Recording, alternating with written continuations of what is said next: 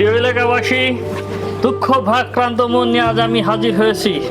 আজকের এই সংবাদ সম্মেলন করার জন্য আমি এসেছি। আপনারা সবাই জানেন আমি অনেক চাঁদাবাজি করেছি। আমি হচ্ছে আপনাদের রক ভাই। আমি চিন্তা করেছি যে আমি এবার নির্বাচনে দাঁড়াবো। নির্বাচন না করে করবোটা কি? আমার উপর 100-র উপরে মামলা। তাই চিন্তা করেছি আমি এবার নির্বাচন করে সরকারি লোক হয়ে সব দুর্নীতি করব। ভাই মারো, মুঝে মারো মারো। ভাই এসব বললে তো লোকজন আমাদের ভোট দেবে না।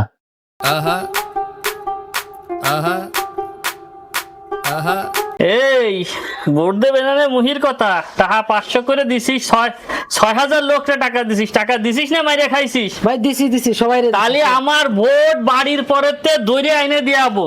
ঠিক। নেতারা নির্বাচনের আগে অনেক মিথ্যা কথা বলে। আমি কোনো মিথ্যা কথা বলবো না। আমি আগে থেকেই প্রতিশ্রুতি দেব। এই যে পাকা রাস্তা দেখতেছেন, এই পাকা রাস্তার যত ইট আছে সব আমি খুলে নিয়ে বাড়ি দালান বানাবো। ওই যে পিজির রাস্তা দেখতেছেন, সব পিজ আমি উঠাই নিয়ে বিক্রি করে দেব। এটা হচ্ছে আমার নির্বাচনী ওয়াদা। আরো অনেক ওয়াদা আছে। এর কোনো আত্মীয় স্বজন নাই, শুভাকাঙ্ক্ষী কেউ নাই? তাকে নিয়ে আপনারা একটু পাবনা নিয়ে ভর্তি করে দেন। যত টাকা লাগে আমি দিব। ওকে পাবনাতে ভর্তি করান প্লিজ।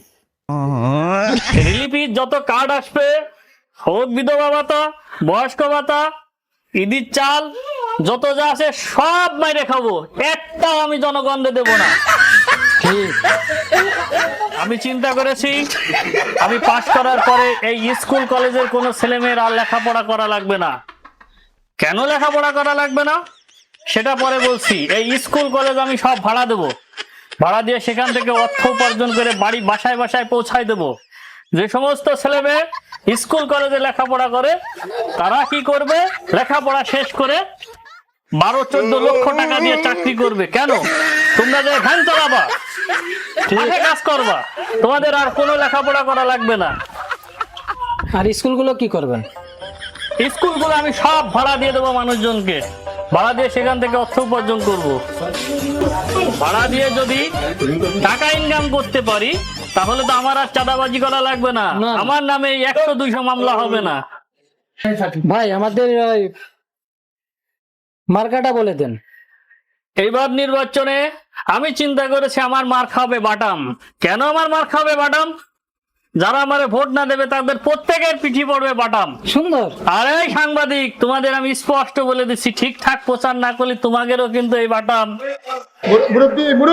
কি হবে, পিঠে পড়বে কিন্তু। আচ্ছা বলো বলো। চুপ চুপ, সবাই চুপ, সব চুপ। কথা বলেন কেন? বন্ধুগণ, আপনাদের কারোরই ভোট কেন্দ্রে ভোট দিতে আসতে হবে না। ভোট আমার লোকজনই দিয়ে দেবে। আপনারা বাসায় বসে বসে আমার জন্য দোয়া করবেন। আমি কত উন্নয়নমূলক কাজ আপনাদের জন্য করব তা তো আপনারা বুঝতে পারছেন।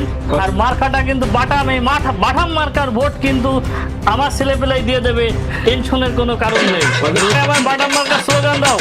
মার্কাটা কি? বাটাম মার্কা। মার্কাটা কি? বাটাম মার্কা। ঠিক আছে। এইটা তুমি একটা কথা কইলে ভাই। আশা করি আপনারা আমার বক্তব্যে সন্তুষ্ট হয়েছেন।